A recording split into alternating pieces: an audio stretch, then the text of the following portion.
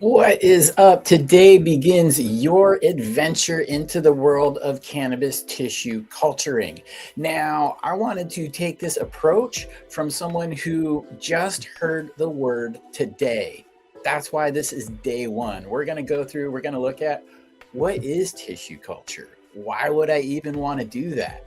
How would I do that? What do I need to do? So, yeah, we're going to go through a lot of things. And again, guys, this is just kind of learning in public because of the new farm bill. It explicitly calls out seeds. You can no longer do cannabis seeds, which is, oh, that's a rough one. But it does not specifically talk about clones or tissue culture. So that still may be a way where we get to share elite genetics with each other, but we got to figure out how to do it. This isn't new. Tissue culture has been going on for a long time, as you guys will see. But the technology needed and the SOPs, the standard operating procedures, they've been a little elusive, particularly when it comes to cannabis. But costs are coming down, information is being shared, people are doing this, and I want to learn for myself. So I'm going to learn in public. I want you guys to be along for the journey. I want you guys to ask your questions. I want us to learn together. One of the things that I really learned when I was going back to school for sustainable agriculture and small farm systems, yeah, I learned a lot about that stuff. But one of the biggest things that I learned as a person who just didn't really give a crap while I was in, like high school and all this stuff, is I learned how to research. I actually learned how to study. I learned how to kind of ask questions to get you to the next level. And so that's why I'm just kind of recording and documenting this. I mean, I am just by myself. I think I'm live on Patreon. Hey, I am live on Patreon. So that's good. Hopefully people will jump into the chat there. But I'm also doing, you guys know the Chad Westport YouTube channel, but I'm also doing Weed in Jars. That's a new YouTube channel where I'm just going to specifically and really only talk about tissue culture. Again, guys, this is to document my journey on learning and doing cannabis tissue culture. I figured, why not document it? People are along for the ride. You guys can learn. And again, we're starting at day one. I want to do this from the most basic approach. So I appreciate anybody who is watching this. I'm probably going to post this up on my other channels later, but this is going to be a Patreon thing, guys. So Patreon, Chad Westport, it's free. So don't worry, not behind a paywall there. And also Weed in Jars on YouTube, but I can't go live because I have no subscribe. Well, I got one subscriber, mwah! But yeah, if you see this, head over there. But let's actually get started. And I'm going to put all of my resource information, the things that we learn and do and go over. I'm going to put stuff down in the show notes. So again, this is a fun learning in public process, guys. We're not here to offer expert advice or even experienced advice. So that's always fun. We'll learn together. So we're just going to start off with Google, right? Google. We're just going to go cannabis tissue culture. What does it say? What does it actually mean? Tissue culture. What's going on here? These little AI overviews, they're good enough for what we're doing right now, because again, you don't want to try to learn everything at once. There's multiple levels, there's different complexities involved. So what you want to do is get kind of an overview. You want to start asking your questions. Again, these are the things that I'm here to share. Again, this is just me going through the process myself. So you guys get to see it. So, all right, let's see here. Cannabis tissue culture, also known as micropropagation, advanced plant propagation technique that uses small tissue samples from a mother plant to produce an unlimited number of genetically identical, disease-free clones in a sterile, controlled lab environment. So we can already start to break that down. A lot of us do take clones. A lot of us want to keep the keeper, the winner that we have, and keep growing it endlessly. So we go clone to clone to clone, right? This micropropagation tissue culture is a way to create like an unlimited number of them. Think of the clone army, think of like Star Wars. Instead of just taking that one clone, we're cutting a whole bunch of little pieces. It takes a lot longer to grow out, takes a lot longer to turn into a plant. There's no guarantee because, as we see, there's things that can go wrong. But I like that idea because keeping a mother or keeping a little weed in jar, right? Weed in jars, space saver. So I like that.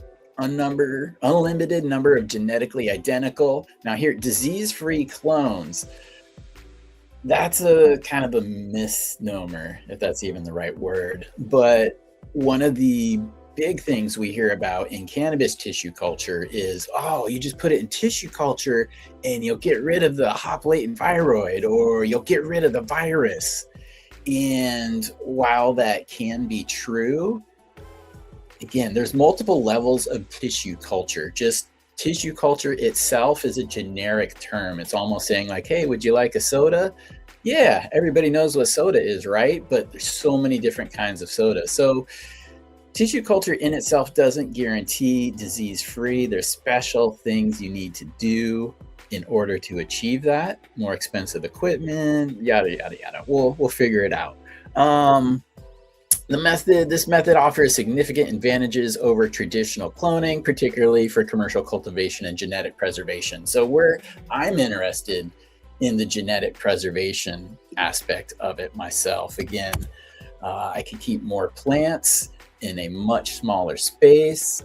All of those plants fall under the definition of legal hemp. So there's no problem or conflict there as the law is currently written.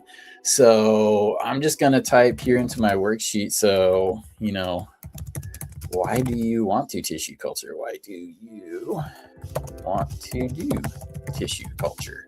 And it could be different for everybody. Again, multiple reasons to do this. All right. So, dang, excuse me. That really hurts. I had surgery on my stomach the other day, so coughing's not a fun thing. All right. So how does this actually work? Like, what is it? So explant collection and sterilization. A small piece of plant tissue, explant. So that's the little cutting we'll take, such as a shoot tip.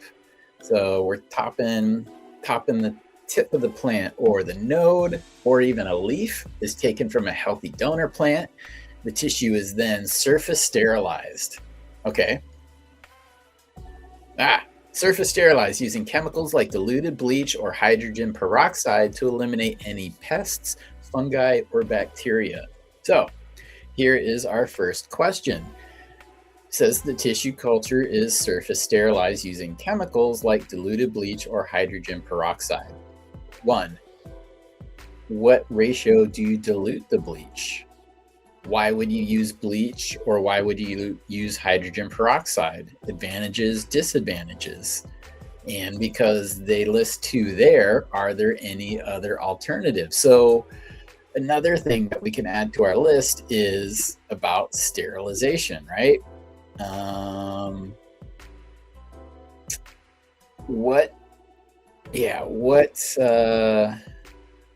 What are we going to use here? So let me just write that down. Sterilization, an important aspect of this. Sterilization. And I imagine there's multiple things we're going to need to sterilize. And actually, I know there are. So we'll figure out soon what those are. Sterilization, what to use. All right. And when. Second part, multiplication. The sterilized explant is placed into a nutrient-rich agar medium containing specific plant hormones, cytokinins, that encourage the development of multiple new shoots. This stage is repeated several times to create hundreds of copies. So again, the number 2, multiplication, this can bring us to more questions.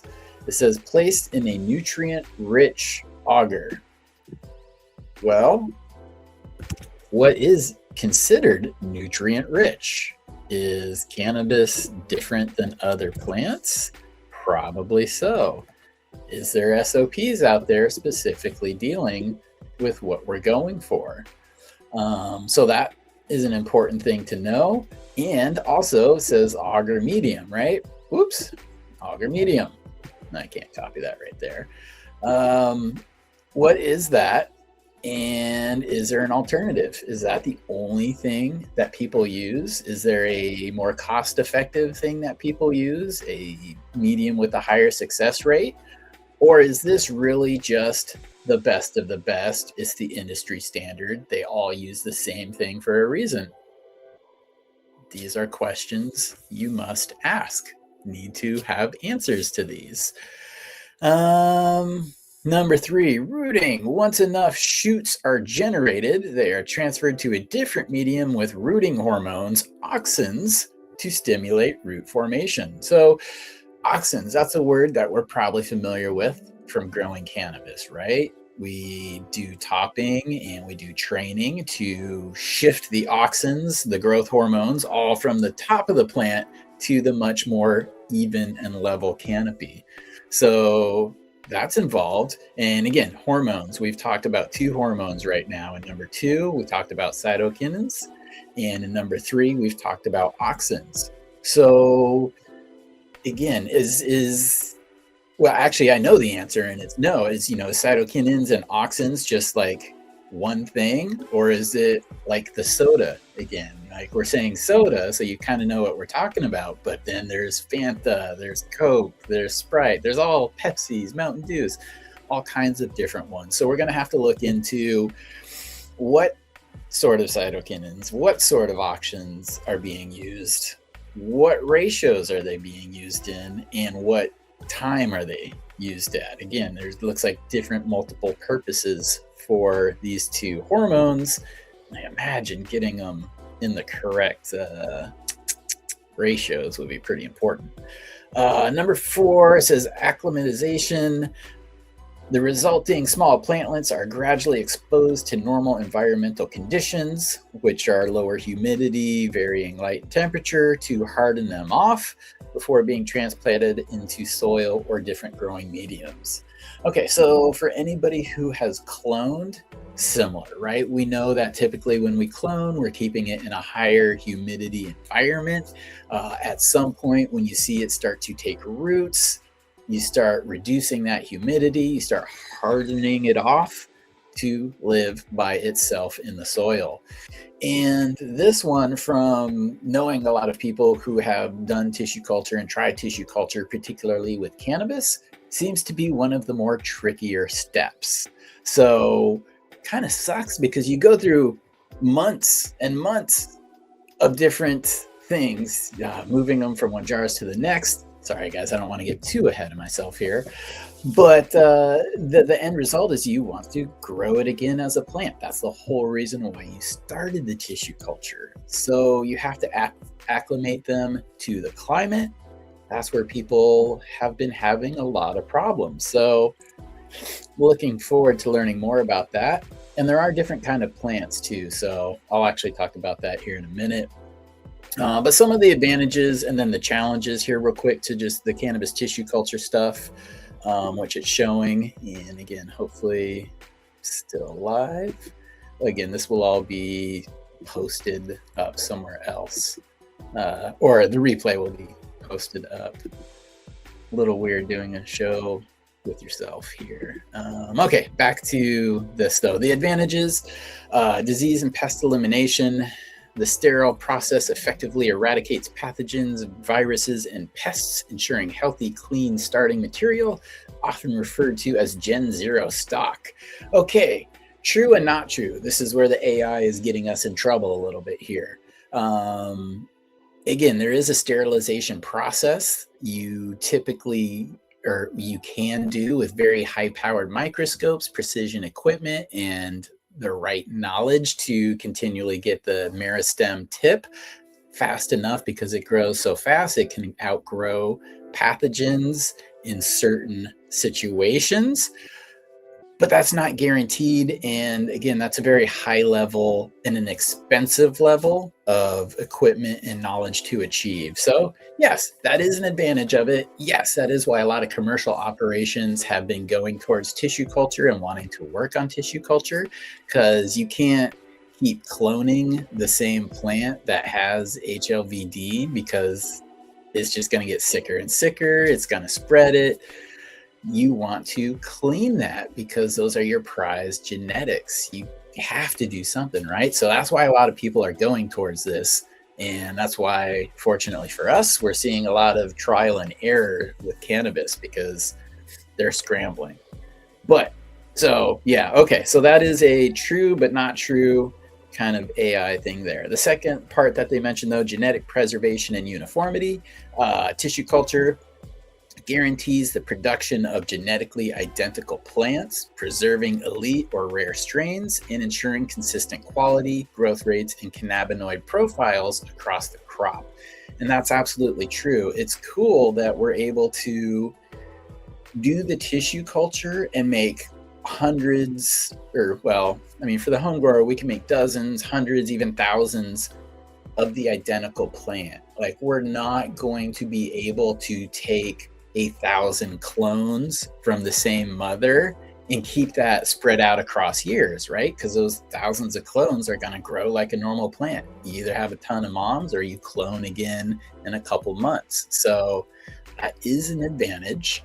Now there are, shout out to Umami Seeds. Met him at MJ BizCon. He was doing a tissue culture panel, which was awesome, and I got to talk to him afterwards. But one of the things he mentioned is, the hormones, those cytokinins and auxins that are added, different ratios can trigger certain things inside of the tissue culture environment, leading to different expressions. He was talking about a grapefruit that is purple. Grapefruit's purple, right? After, I think it was too much of one or the other, he's like, our tissue culture one grows green now. It is neon green. That's all it does. It will never be purple again. It's weird. So that's kind of a fun thing about, we get to learn the rules to break the rules, but we've got to figure out how to cause these little mutations, because mutations are still possible within the tissue culture realm.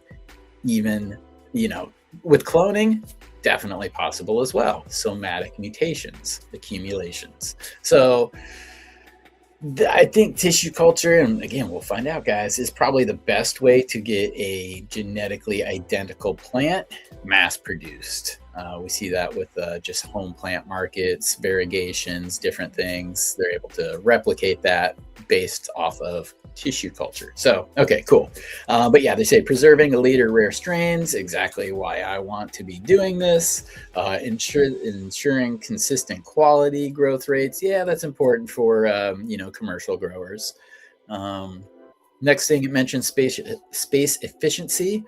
Thousands of tissue cultures can be maintained in a fraction of the space required for traditional mother plants and clones. Amen, that's true. Major benefit for commercial operations. I say major benefit for the home grower. Again, tissue culture as it stands now, completely legal as hemp. You can keep hundreds of different strains on a little shelf in jars, weed in jars, guys. So yeah, can you imagine just you know what? I think I want to do a run of that grape ape that I've had in tissue culture for a couple years. So why don't I go ahead, add in my hormones, get that acclimated, and I'll be growing that here in 3-4 months. I'll have a harvest of it soon. That would be freaking dope, guys. Again, it's just pull your favorite off the shelf, put it back when you're done, grab it again when you need it. So huge benefit there. And again, mass propagation is what it says here. A single small tissue sample can yield hundreds or thousands of clones in a relatively short time, dramatically increasing production efficiency and scalability.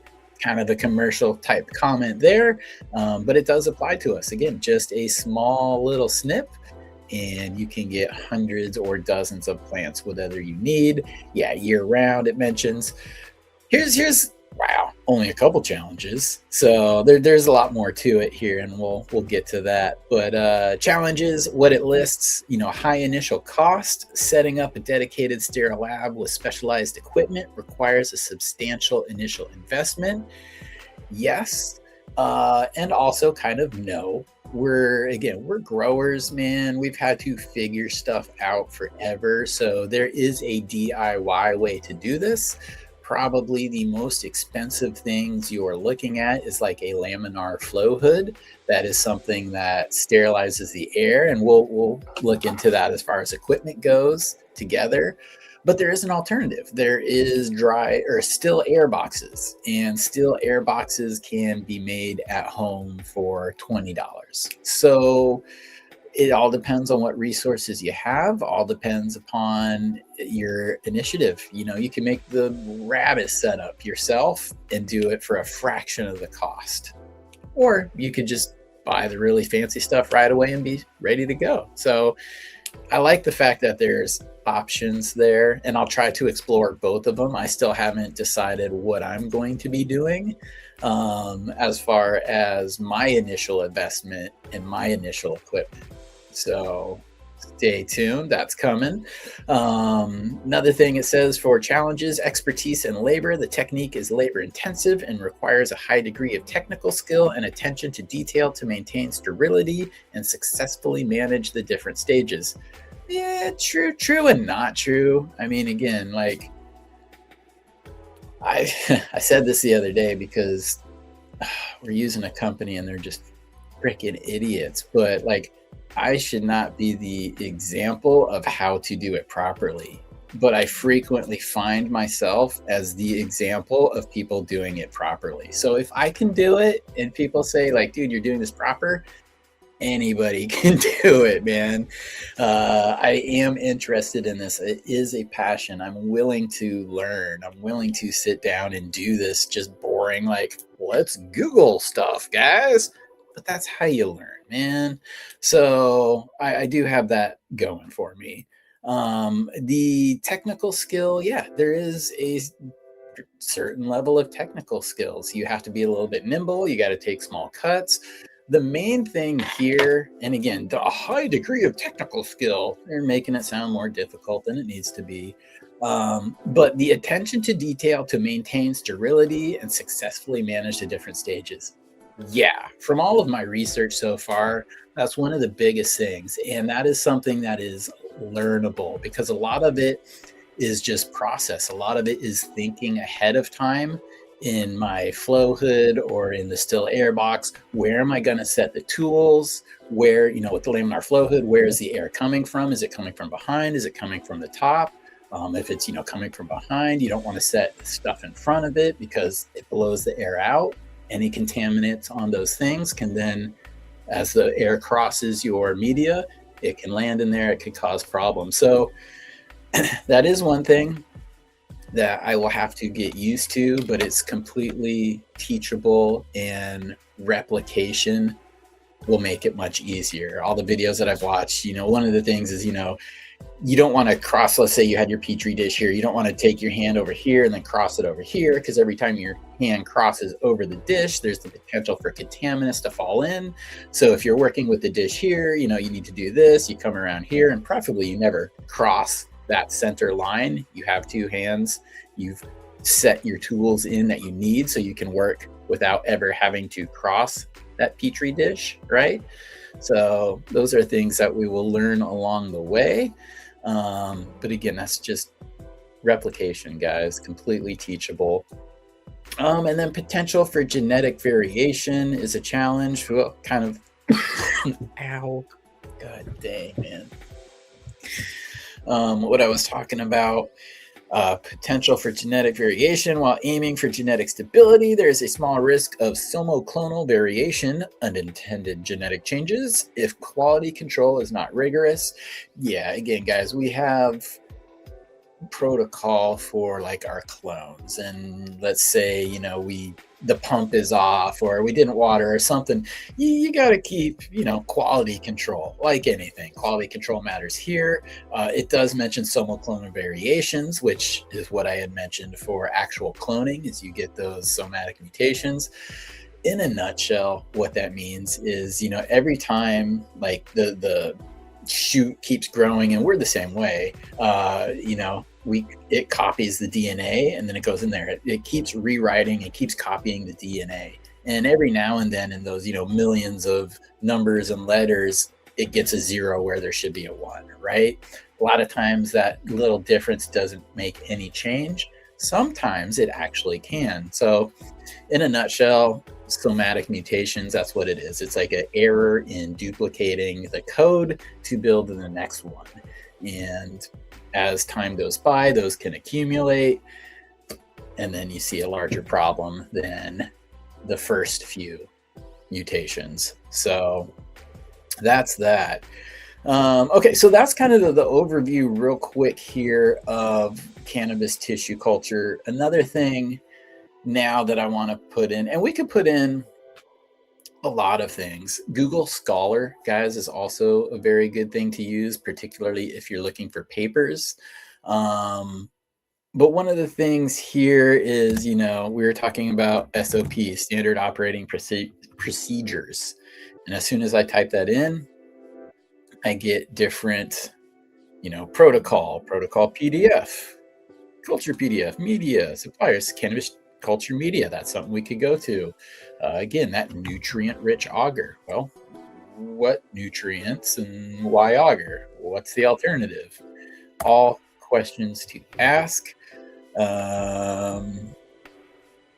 Okay, so as far as websites and things that keep popping up, guys, this one, Plant Cell Technology, is a website that keeps coming up. They sell a lot of equipment. They have classes and all of that jazz. And there you go. Unlock your 10% off. A lot of good articles here. So this is probably going to be a good resource for you guys. I won't, read it all, but you can see they're pretty official. They are using cannabis. Hey, this is where the AI scraped their information. That's why people don't like that AI thing, because I read it off of there instead of coming to this website and reading it here. But luckily I found it anyways. So yeah, this website, guys, you will see a lot. It's an excellent source for information. Hey, they got a new starter kit. I wonder what, hormones they're using here. I wonder what media they're using. Is it the agar? What is in their kit? It'll be interesting. Let's find out. Starter kits, $119.99.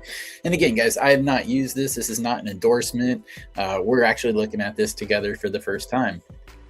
Happy Tissue Culturing, the ultimate plant tissue culture starter pack. So let's see, bring your projects to life. Blah, blah, blah. Okay, what's inside? So the MSP09, the Marishigi and Skook basal medium with vitamins. Now, this is actually the most common nutrient-rich formula you'll find. And it's interesting when you read a lot of the research papers, always go to the material section, find out what they use for their agar. And this is predominantly always listed as MS after Murashige and Skoog. It's a hard one to pronounce. Those are two people. They developed this formula. It's turned into the industry standard because it works with the bulk of things that you're trying to tissue culture. Something like orchids, they have a special nutrient and vitamins. Cannabis, I imagine, probably will have something that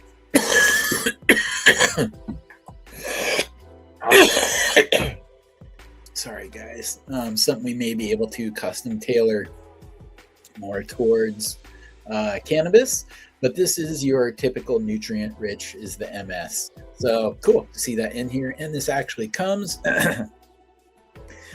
with some extra vitamins. So it's the P09 or P09, not sure. Supreme tissue culture grade agar. Ooh, Supreme. Could I just get the I tissue culture grade agar. I'm cool with it. Uh, Agent ppm, this is one that's been throwing me off because we often think of ppm as parts per million. ppm got a whole nother meaning in tissue culture, guys. It's plant preservative mixture. So that's something you're going to need. And hey, here's a little answer to what we were talking about earlier. Gosh, am I even sharing the right screen? I am. Okay, cool. When I was talking about, okay, it's got the cytokinins, it's got the auxins. Those are the hormones we need. They do different things. And here's a little example. And these are the ones that I commonly see. BAP, short for something, BAP. Cytokinin for shoot growth, right? IBA, an auxin for rooting. And NAA, auxin for callus and root development. So as you see, just right from this example, there's two different things that say they're auxins. So going back to what we were saying earlier, auxin and cytokinin, they're kind of a generic term. There's more specifics behind them, but helpful to know because which auxins did you add? What level? It's a mixture of cytokinins and auxins. So cool. Culture vessels. Okay, it's got your little lids. Yo, just straight up. No, I'm not going to do it. I was going to say just straight up go to 7-Eleven and jack all their freaking nacho cheese cups. But you are going to have to do some sterilization on all of the things. Again, sterility and sterilization, you have to almost be OCD with this. There's a lot of spraying down. There's a lot of autoclave. We could use pressure cookers as well. The Instapot is a tool home grower could utilize for sterilization. We'll get into that. But the point was here, it undergoes heat. Now, we all know the little recycle symbol, and there's, numbers in there. From a video that I was watching the other day, again, guys, you trust but verify, right? I am not an expert. We are learning together. We are figuring this out together. So trust but verify. But from this video I watched the other day, a person was saying you want the number 5 in there, in that little recycle symbol, the number 5, because the number 5 will be able to hold up to the heat used for sterilization in the pressure cooker or the autoclave, but the lower numbers will just kind of melt. So seems like an important thing to mention, and that's why I stopped myself short of being like, yo, just jack the nacho cheese cups from 7-Eleven, dude. You got like a whole bag, but yeah, those probably aren't number 5. If they are number 5, dude, jack yourself some nacho cheese containers. Then this also has vented test tubes. It has a scalpel, forceps, pipettes. Pipettes are the little dropper things. Why you'll love it. Why am I gonna love this? All in one. I do kind of like that. Beginner friendly, professional quality, guided support. Okay, it comes with step-by-step instructions, which is cool. Different information here, product resources, safety data sheets. Cool. So here we can learn more about exactly BAP. All right, benzoyluminopurine. The IBA, indole butyric acid. Actually, that's kind of a familiar one. NAA, naphthalinic acid. Yeah, so again, as we can tell, there's multiple levels to different things. Let's just click on the safety data sheets for the MS agar or nutrient solution, because that seems to be the most common. And again, these are the people who invented the formula. Let's see if this tells us anything interesting. Classification, so oxidation. So again, MSDS sheets are basically what's in it, what are the hazards, what are the elements, how can you save yourself if something goes wrong. Just interesting to look over. Hazard statements may intensify a fire. It's an oxidizer. It could cause skin irritation, could cause serious eye irritation. So right there, we should probably assume we're going to need PPE when working with this stuff. Just basics, rubber gloves, eye protection. You may even get something for filtering the air. Or in the case of keeping things sterile, keeping your breath out of the petri dishes, but we'll get to that. So, oh yes, I mean, everything has a hazard to it, but here's some of the kind of the composition of what is in that stuff. And we talked about, nutrient-rich solution. Well, here's some of the things in here. It's got ammonium nitrate, 37% of the concentration, okay?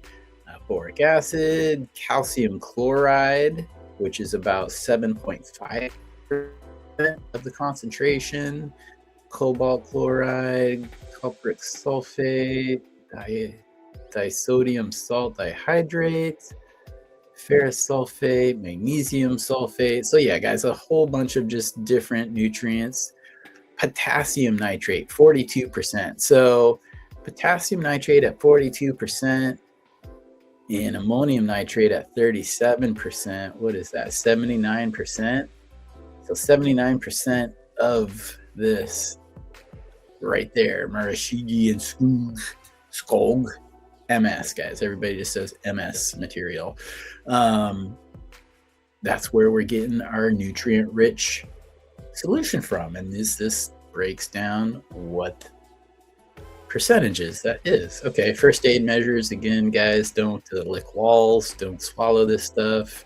In case of skin contact, let's see, wash thoroughly, soap and water. Okay, so kind of standard. It's not gonna eat your flesh to the bone instantly, but don't use it as sunscreen.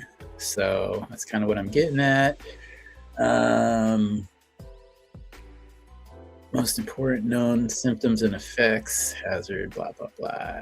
Nobody reads the directions, man. Hold my beer. I'm tissue culturing, right?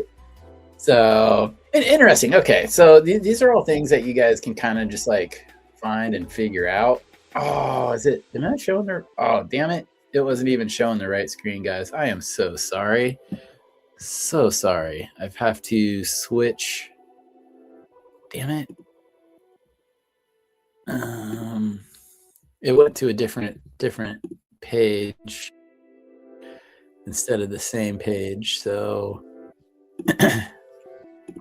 here we go. Okay, guys, I'm sorry. So real quick, back to all of what I was saying there.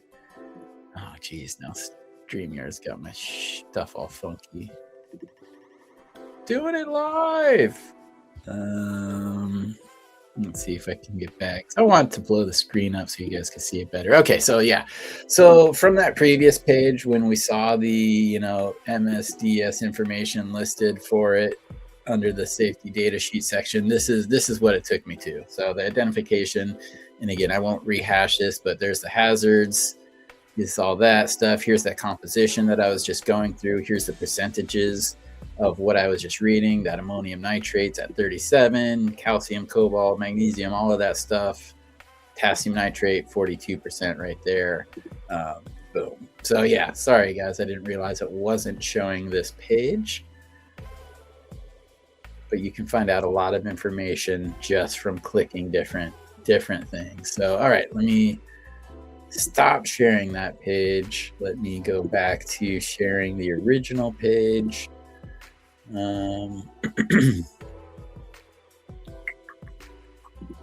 Yeah, that one. Let's see, is it looking right? Nope. There we go. Okay, so again, guys, that was just one of many probably starter kits that are going to be out there. I personally want to, let's see here. Is it still showing the Googles? Okay, it is. And you can see there's a lot of good links out here. One person that I wanted to bring up here is Plants in Jars. I just mentioned the Plant Cell Technology website. That's where a lot of the links are going to link you to. They've got a lot of videos up on YouTube. But when it comes to YouTube videos, excuse me, Plants in Jars is freaking amazing. An excellent teacher. I have learned a lot in the short amount of time that I've been watching that channel. So yeah, that is cool. And hey, what's up, Robert? Can you buy food balls, the balls you put the cuts in?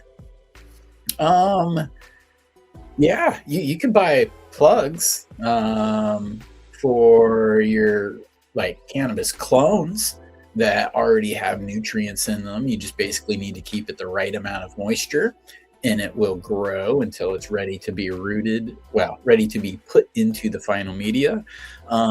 For tissue culture, this is kind of what those, like that MS we were looking at, that nutrient rich agar, is kind of the equivalent of your media for tissue culturing is going to have all of the, the hormones and the nutrients in it.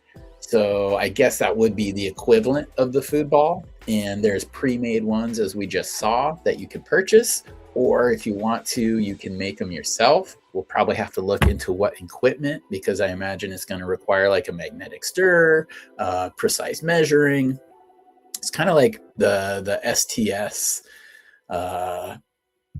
stuff, that I use to reverse plants. It's like, I have the recipe in like 5 different books over there. I can easily pull the recipe up online, but there's variation, there's precision, and I can go to Mr. Toad, to the Dogga DNA, and buy his STS spray that is already formulated in the right amount. It's mixed properly. I just have to order it, get it, use it, boom. I would kind of rather do that, especially starting out. Like, don't try to overcomplicate things right up front. And again, that's kind of what I said with like the research too, is don't try to learn everything on the first day. Keep it simple, like keep to the basics. And that's what we've done today, is just stayed to basic questions. And a couple of them that, I have, I'll just share with you guys what I have written down over the past few days of just kind of watching videos and doing this research. And then I was like, you know what? I should just record this, share the experience with everybody else, because I'm going to be asking the most basic of basic questions. You got to build that foundation. And I'm not shy enough, or I'm not too shy to learn in public, because again, get in where you fit in, man. Don't front, fool.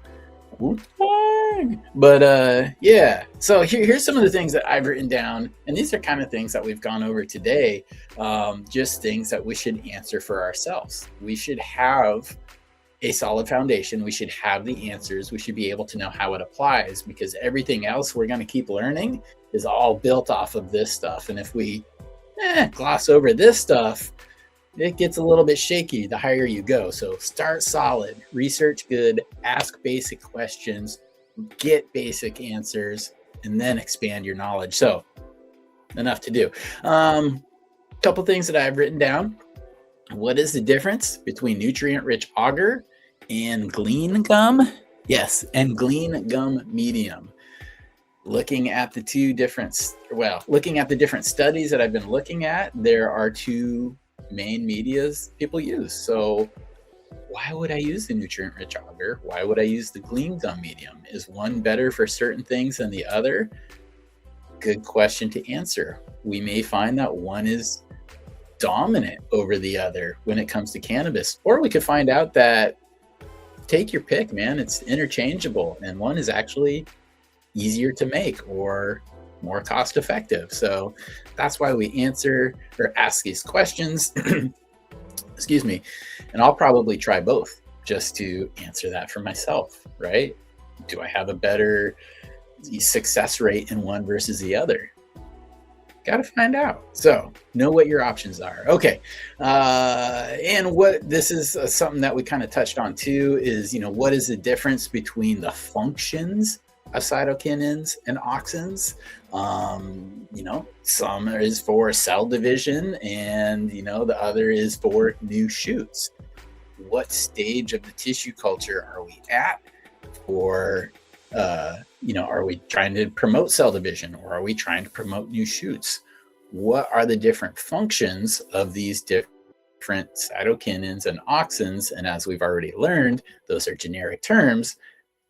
There's different kinds of soda out there. So that is something that we'll learn as we dive deeper. But again, there's industry standards, and that's just what we're looking at right now. We're looking at what is the bulk of people using, and then we'll narrow in and specifically get more towards cannabis and specifically more strain dependent, because like everything with cannabis, some strains will love some things while others may hate it. So strain dependent, always the answer. Sterilization, two things that I have seen used a lot: bleach and 70% alcohol, which is isopropyl alcohol for sterilizing. So what do we want to use bleach on? What do we use the alcohol on? Why would we use one for this scenario? Why would we use the other for the other scenario? Questions to answer. And I kind of alluded to it too as well with, the paper, with the research papers as you're looking them. And actually, let's do that. Let's go to a research paper here that I have pulled up. Whoops. Did have pulled up. About to have pulled up. Okay, so let's see. Do you guys see that yet? Oh, God, StreamYard, why do you suck like this, man? Quit being sucky, dude. Boom. Okay. So let's see here. The name of the paper: Tissue Culture Method for Propagation of Plantlets of Cannabis sativa L, which is a fancy formal name for it. But I like this because it is cannabis specific. So that always helps. This kind of tells us who it is. So I'm looking here. Okay, so comes from Simon Fraser University. Cool. Universities are usually pretty good. 2016. So 9 years ago. Have things changed? Yeah, probably have. But again, tissue culture is older than I am. So there's a lot of things that remain the same. And a lot of the basics, those don't change much. Sometimes it's the technology or the procedures that change as new shit comes to light, man. But I'm looking down here. It was published in 2021. Okay, well, that's cool. Simon Fraser University. Declaration to the committee, the Masters of Science. So it had a supervisor, a committee member, an examiner. This just kind of goes into the abstract, and this is a good paper. I'll link to it. But what I wanted to do here and what we were going to look at is we want to look at the materials to see what they're using. Are they using the Glean gum? Are they using that MS auger? So let's try to find what they're doing here. And I'm looking at the table of contents. Instruction. Okay, so chapter 2, materials and methods. So it's got the explant source, tissue sterilization. Cool. Again, looking at this section of different papers is going to help us understand what do people really do out there. What was their tissue sterilization method?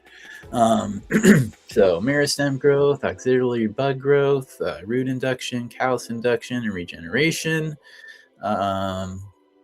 That's probably going to be where we want to look.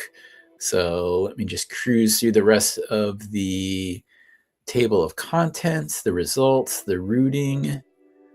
I see silver nitrate. I see some hormones and stuff down here that might be interesting.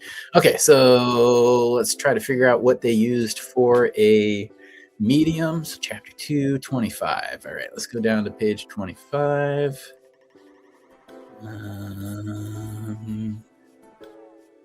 Ooh, pretty plant pictures. That looks like Thailand. Is it? Where is Vietnam? Okay. Wow, beautiful. Ooh, fancy buds. Page 25 is what we're looking for, right? Yeah. Flowering, it's just talking about the cannabis plant itself, tissue culture, introduction and history. 1838. Like I said, man, older than me.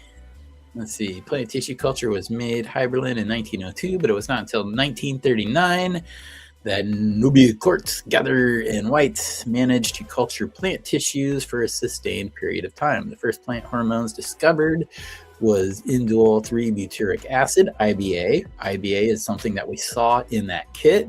Again, if the very first people who used it used IBA and we're still using IBA, you probably don't need to discover wow, but you could use this.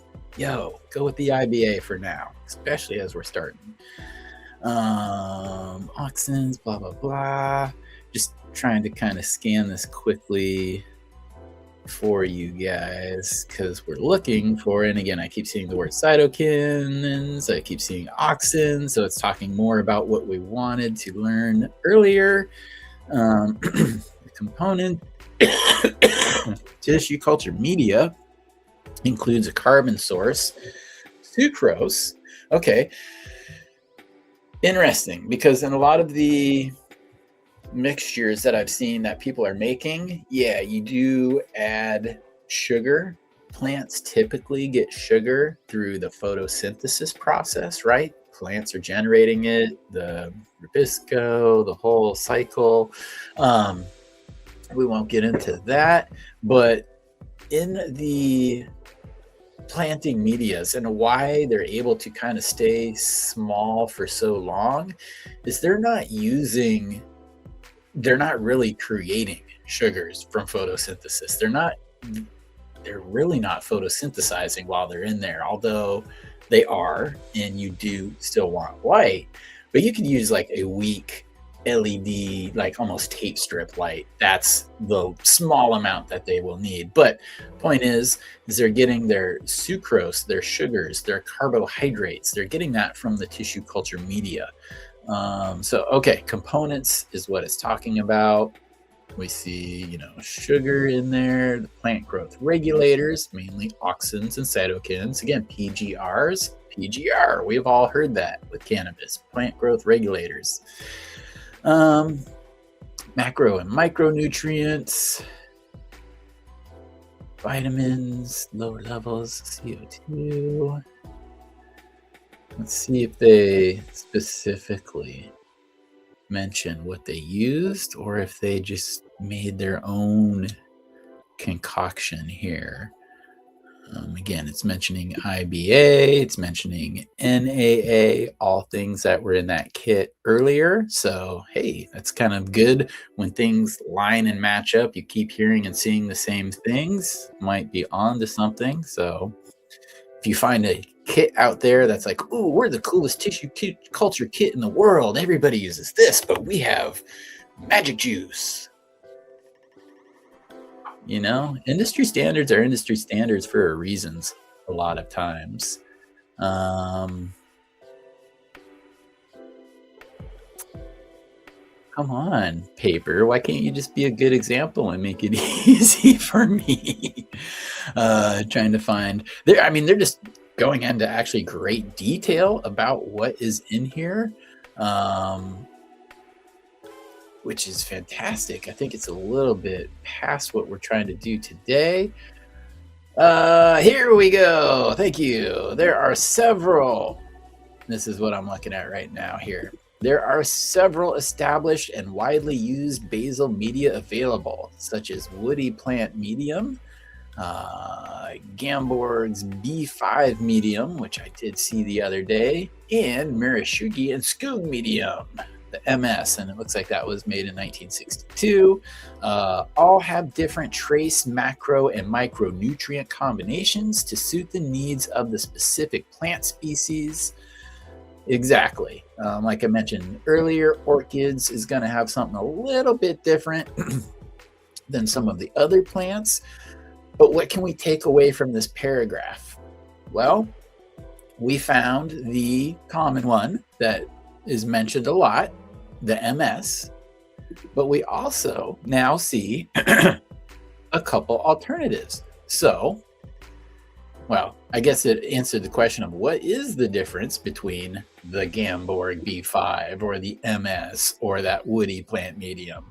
And its answer here was just different trace levels of macro and micronutrients. But what are they best suited for? What plant species? So that's something that we can investigate, because now we know there's more than MS that exists. It's used out there. But I see repeated mentions of it here. Says the MS medium was originally formulated for tobacco. Interesting. That Gamborg B5 was designed for plants with lower nitrogen requirements. Very interesting. Again, what is their nutrient requirement threshold? It could be way up here, and cannabis could be down here, or it could be way down here, and cannabis could be up here. So we don't quite yet know if cannabis is, one of those lower nitrogen requiring plants, according to this. But if it turns out to be, hey, maybe this Gamborg B5 is better than the MS.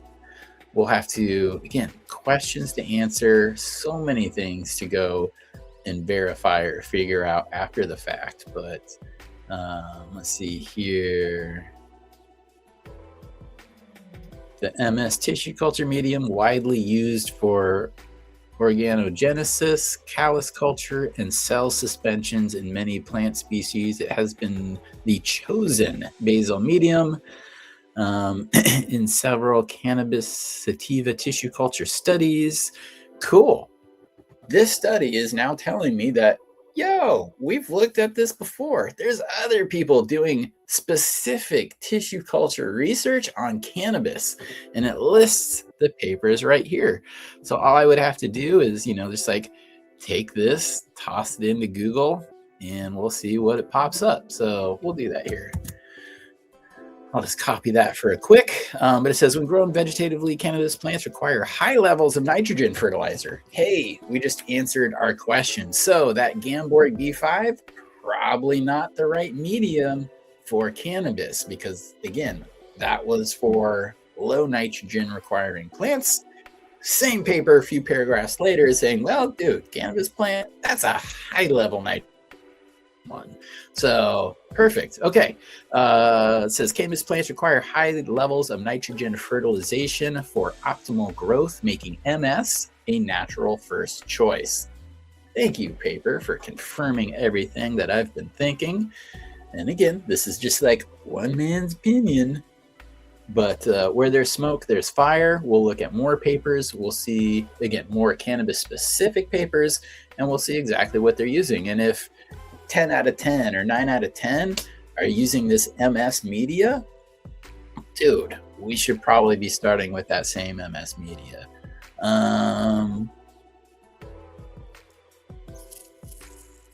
Recent research has suggested DKW may be more suitable basal medium for cannabis growth.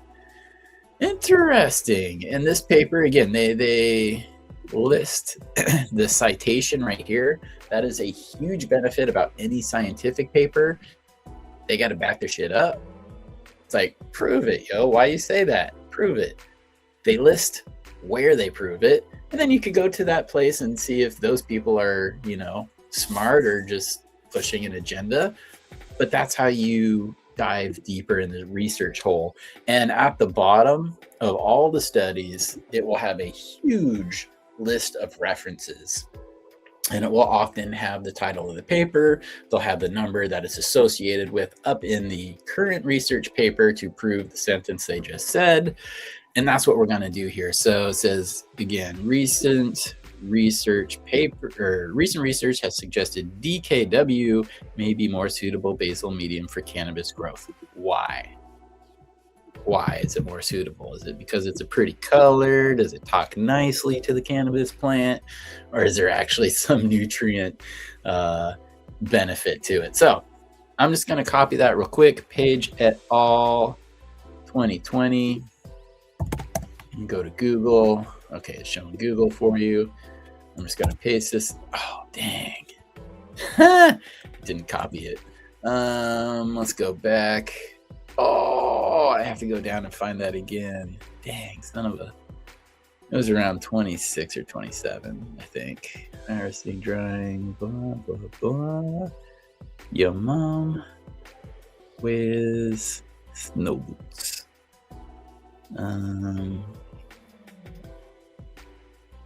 All right, I'm just going to find that again.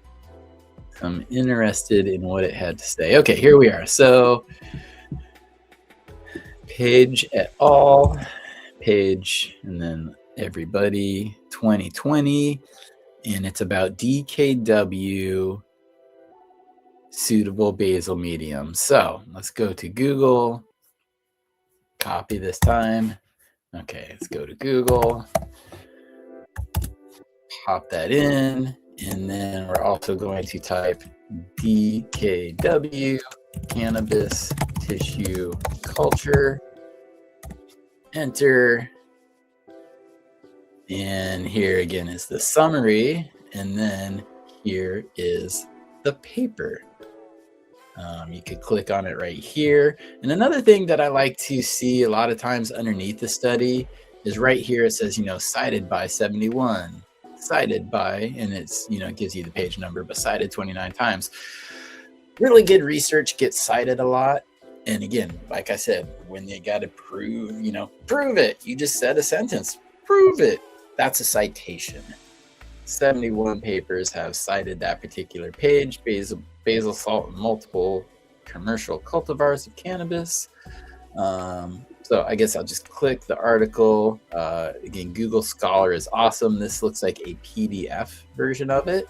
And the title here, DKW basal salt improved micropropagation and calogenesis compared with MS basal salts in multiple commercial cultivars of cannabis sativa. Okay, so again, we found what was kind of common, and now we're kind of honing in on maybe what works a little bit better for cannabis specifics. This is in French. Well, resume, abstract, the protocols. Okay, get access. Ooh, well, maybe next time I'll share with you guys the website you can just paste links into. That is a hub of some scientific sort and gets you past these paywalls, because they, like I, believe information should be free. But interesting. And sometimes there's other ways to get there. I'm looking here. So publication, Botany, 28th of January, 2021. Here's another link to like the original study. Oh, it just takes me back. Sometimes it'll link you to another page. But again, as I mentioned earlier, references. So we may be able to glean some things here, or just you read the titles and see if it applies. And then you could go to different places. Again, Google Scholar is awesome to check out the actual papers. But let me back up one page. And so again, Google Scholar, you are awesome.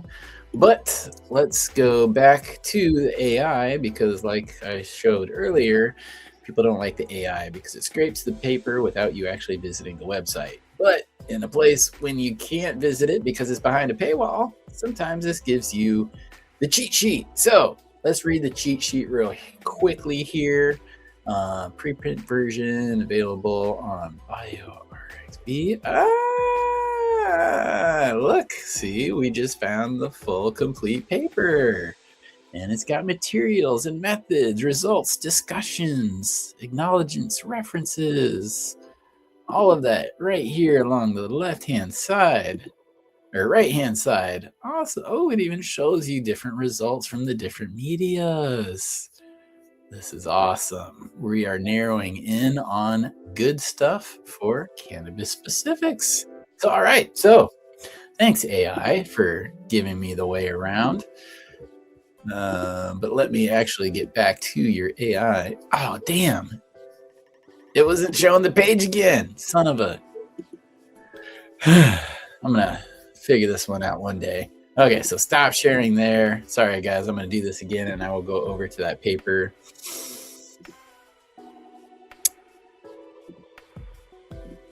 Boom. Okay, so let me get it on the right screen again. So yeah, when I clicked that in that AI description from the top there, there's the little bio RXIV hot link.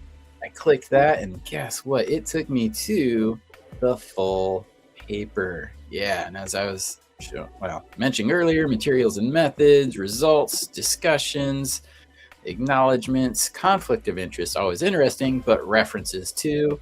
You can find all of the places that support the things they say in here, which again, the reason why we're here is because MS seems to be the most common agar medium for your tissue culture, but this paper supports that DKW may improve the micropropagation and calogenesis compared to MS basal salts with multiple commercial cultivars of cannabis.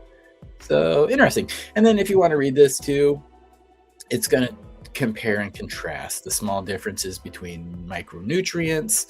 You also want to find out what they used, how they were doing it. 5 drug type cultivars. Okay, good, because we're dealing with drug type cultivars. There's type 1, type 2, type 3, 4, and 5. Most people just use 3, which is your CBD only, or THC only, or THC and CBD, type 1, type 2, type 3, different types of cannabis. But this is using, it says 5 drug type cultivars, and we are predominantly all using drug type cultivars because there is high levels of THC, whether it has minor cannabinoids in it or not. THC is definitely the most predominant cannabinoid in our deal.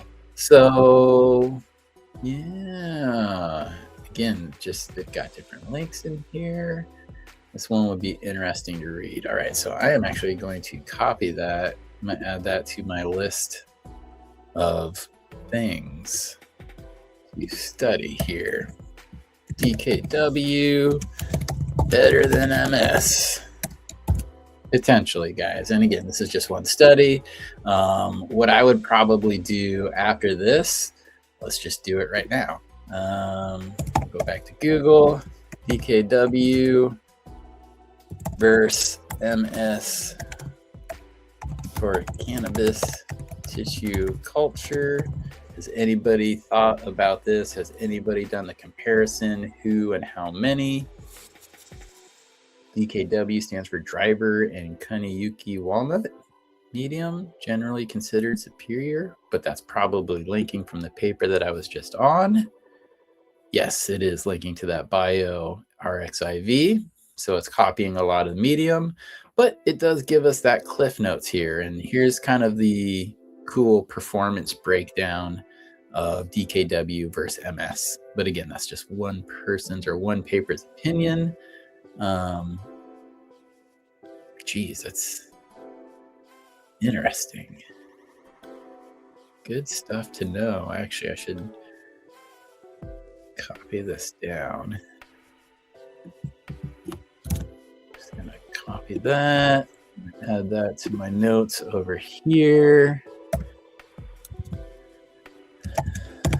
Google search, and I could come back to that, or hell, I could watch my own video, man. Get out of here. Okay, but let's see if there's some other papers. Okay, Plant Cell Technology, that website I mentioned at the beginning that you're going to see a whole bunch of. 2024, it looks like they took a look at that too, and in a nutshell says the DKW medium is a promising option for woody plant micropropagation due to its high sulfate content, which has been linked to increased root shoot multiplication. Woody plant versus like a herbaceous plant. Woody plants are usually when you're taking clones, you're always trying to take it from like this soft, the fresh tissue. You're not taking it from that thick, woody area.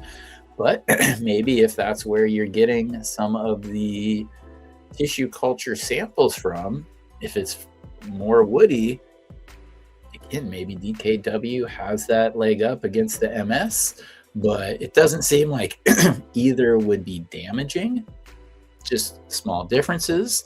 Reddit, how much do we trust Reddit? Who knows? Again, trust but verify. This says DKW has 3 times more calcium than MS. And then there's just different links here comparing the two. So yeah, again, guys, definitely areas to look at. ResearchGate, usually a good one. But let's just real quick. DKW has 3 times more calcium than MS. Is this true? Let's just type this into Google. The statement is correct in the context of plant tissue culture medium. DKW medium contains approximately 3 more times calcium than the Mershugi and Skoog, the MS medium. But click the link here. Where does it link? Okay, it goes back to that original paper that we saw. So difference in composition. This difference in composition is significant. Generally contains higher levels.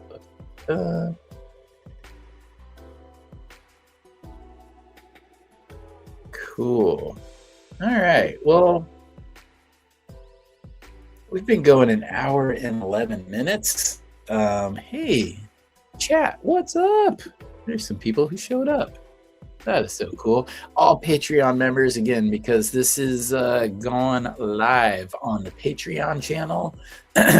Chad Westport is free to join. These videos will be free. I do not put education behind a paywall, so you can always see that. Yeah, Unlucky Myco is talking about doing mycology work here. Flow hood, still airbox, absolutely, because that level of sterility needs to be there. It needs to be sterile. So there's a lot of things we can learn from the mycology people. I'll probably be talking to the mycology guys about still airboxes and other things. So bravo for bringing that up, and thank you for being here. Not a big gap there. Again, it's procedures and sterility. So a lot of crossover there. Good post, man. But today, again, it was day one. Today we're diving into the actual topic of what is tissue culture, what are some advantages, and the questions I want you to walk away with is like, does this apply to you? How would you use it? What would your purpose be? And then we've already started down the road of learning. We have to put these things into a media.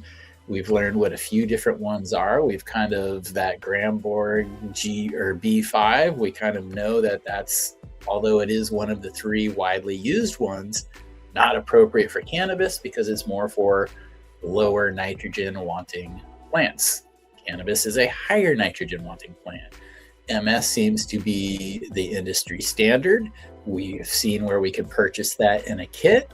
And there's also newer research that supports, well, maybe, and it sounds like maybe more woodier samples, but that the DKW might be more appropriate for cannabis. So we've already learned some things. We've already starting to narrow in on what we need to know, what we need to use, how we set ourselves up for success. And that's the whole point, guys. So if anybody has watched this far, I appreciate you.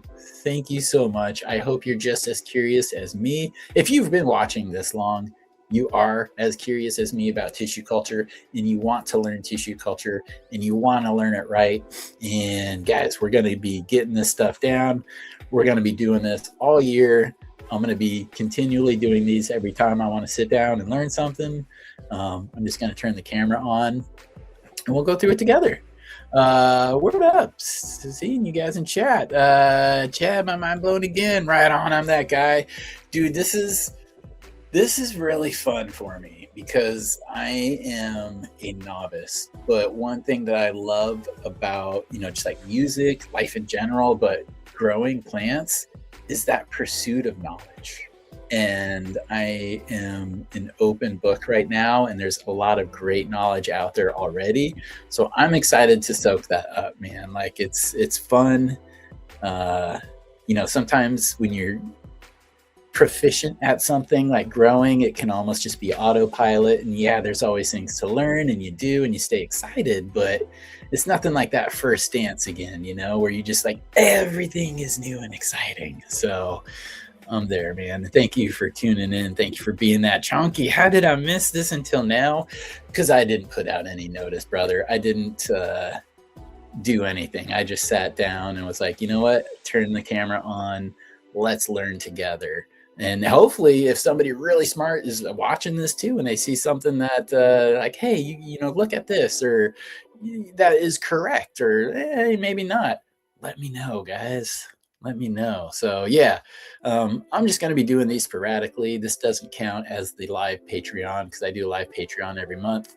These are just going to pop up. But Chonky, Weed in Jars on YouTube.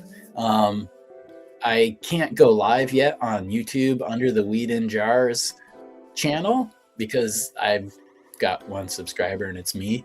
So if you guys can subscribe and share, that would be awesome, because that will allow me to not only broadcast it on here on the Patreon, but it'll also allow me to broadcast live on that YouTube channel. I'll probably put up the replay on the Chad Westport YouTube channel, but I want to keep this tissue culture thing itself, because again, this is I'm hitting the books like everybody else here. The other channel, I know a few things, so I'll share that. But here, I'm just an eager learner, man. Stan, shout out, big up, dude. My pleasure. T-10, Chonky. That is awesome. I signed papers the other day. Hopefully we close Tuesday. Knock on wood. Hopefully I am T-. Very similar to setting up a new garden on a farm, which means I can finally grow outdoors. Life goals. I'm excited. Thanks, Chonky, for subbing up to Weed in Jars. I appreciate that. And again, that's a shout out to Plants in Jars, guys. If you want to keep learning more and from a better, more authoritative source, she is an excellent teacher. I appreciate her teaching style. Check out Plants in Jars on YouTube. Awesome channel. You're number 4. Hey, right on. Some people have found it. Big ups, guys. Thank you for hanging out. I'll maybe announce it more ahead of time next time, and we could get more interaction, because yeah, I want to bounce off with you guys. Again, we all have that natural curiosity. We'll do it together. We'll learn together. But for today, I think this is good. Some things to think about, places to go. This is just day 1. Day 2 is coming up, guys. So thank you for hanging out. Much love, and have a good day, guys. Hit me up with your questions, or if you know a whole bunch and want to share, just hit me up too. But until the next time, everybody, party on. Yeah, Weed in Jars. Woo!